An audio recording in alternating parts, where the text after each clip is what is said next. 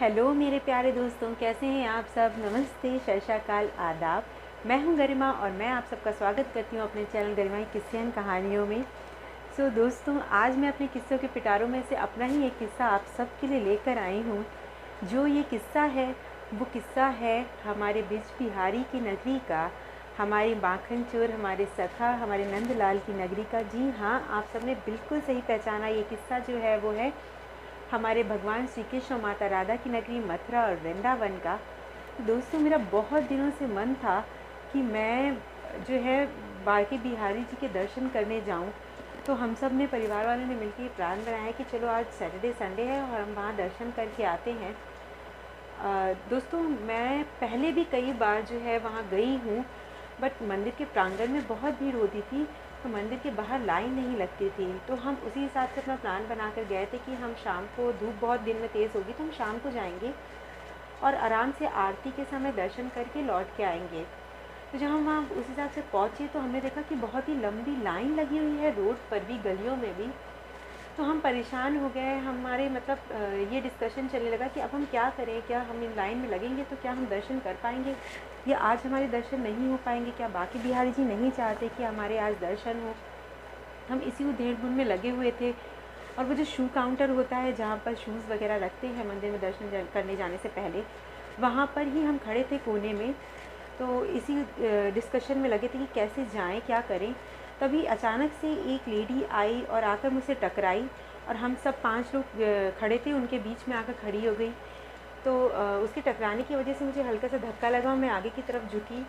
तो मैंने उससे बोला कि काफ़ी हमारे पीछे स्पेस है, आप वहाँ से जा सकते हो, वहाँ से लोग आ जा रहे हैं, आप आके इतनी भीड़ में मुझसे क्यों टकराए, कोई भी कभी भी गिर सकता है, उसे चोट लग सकती है। पर उस लेडी ने अपने मुंह से कुछ भी नहीं बोला, ना सॉरी ना कुछ। वो चुपचाप मुझे देख के स्माइल पास करती रही। तो मुझे समझ में नहीं आया कि वो क्या कहना चाहती है, क्यों आई है ऐसे हमारे पास आके, क्यों खड़ी हुई है। फिर उसके बाद अचानक से उसके मुंह से निकला, क्या आप बिहारी जी के दर्शन करना चाहते हो। तो मैंने कहा हाँ, हम इसीलिए इतनी दूर से आए हैं और हम इसीलिए परेशान हैं कि इतनी लंबी लाइन है, हम कैसे दर्शन करेंगे। तो उसने बोला कि जो है आप सब उस तरफ जाइए, उस तरफ कुछ लोग हैं जो दर्शन करा रहे हैं और पीछे के किवाड़ से। तो हमने बोला कि अच्छा ठीक है। हमने उस तरफ देखा और जब तक हम उस तरफ देख रहे थे वो लेडी कहीं चली गई। हमने मुड़ के जब उस लेडी की तरफ देखा तो वहाँ नहीं थी। फिर उसके बाद हम वहाँ से सब करके और जब मार्केट में आए तो वहाँ बहुत प्यारी प्यारी सी, बहुत सुंदर सुंदर सी दुकानें हैं दोस्तों, जो कि बहुत ही सुंदर से वस्त्र और आभूषण जो भगवान जी के श्रृंगार के लिए यूज़ होते हैं वो देते हैं लोग। तो बहुत ही प्यारी सी मार्केट है। हम वहाँ पे जा रहे थे तो हमने एक मार्केट में रुक के वहीं सारा सामान सब कुछ देख रहे थे और कुछ पूछ रहे थे दुकानदार से। तो और तभी वो लेडी भी जो है वहाँ आई और सामान के बारे में पूछने लगी। तो मैंने उसको जब देखा तो मैंने उसका थैंक यू किया कि आपने हमारी बहुत हेल्प की है, लेकिन उसने कुछ भी नहीं बोला, वैसे भी स्माइल करती रही।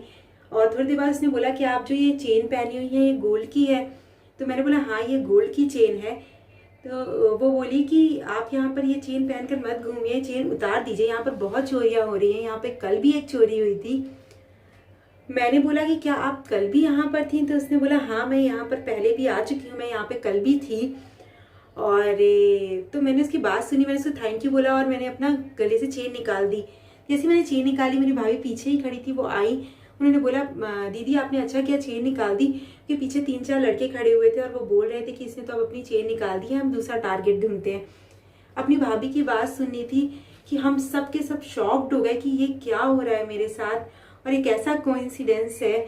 हमने फिर उस लेडी को बहुत ढूंढा कि उससे उसका नाम पता पूछ लें और वो कहाँ रहती है, उसका थैंक यू कर दे, बट वो कहीं भी नहीं मिली। हमने मन ही मन बांके बिहारी जी से और उस लेडी का थैंक यू किया और वापस आ गए।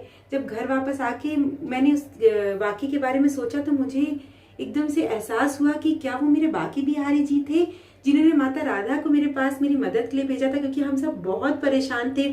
और वो लेडी ये भी बोल रही थी कि वो वहाँ पर कल भी थी और वो वहाँ रहती है। तो ये मेरी अपनी विश्वास और आस्था है दोस्तों कि मेरे बांके बिहारी जी ने माता राधा को भेजा था हमारी मदद के लिए।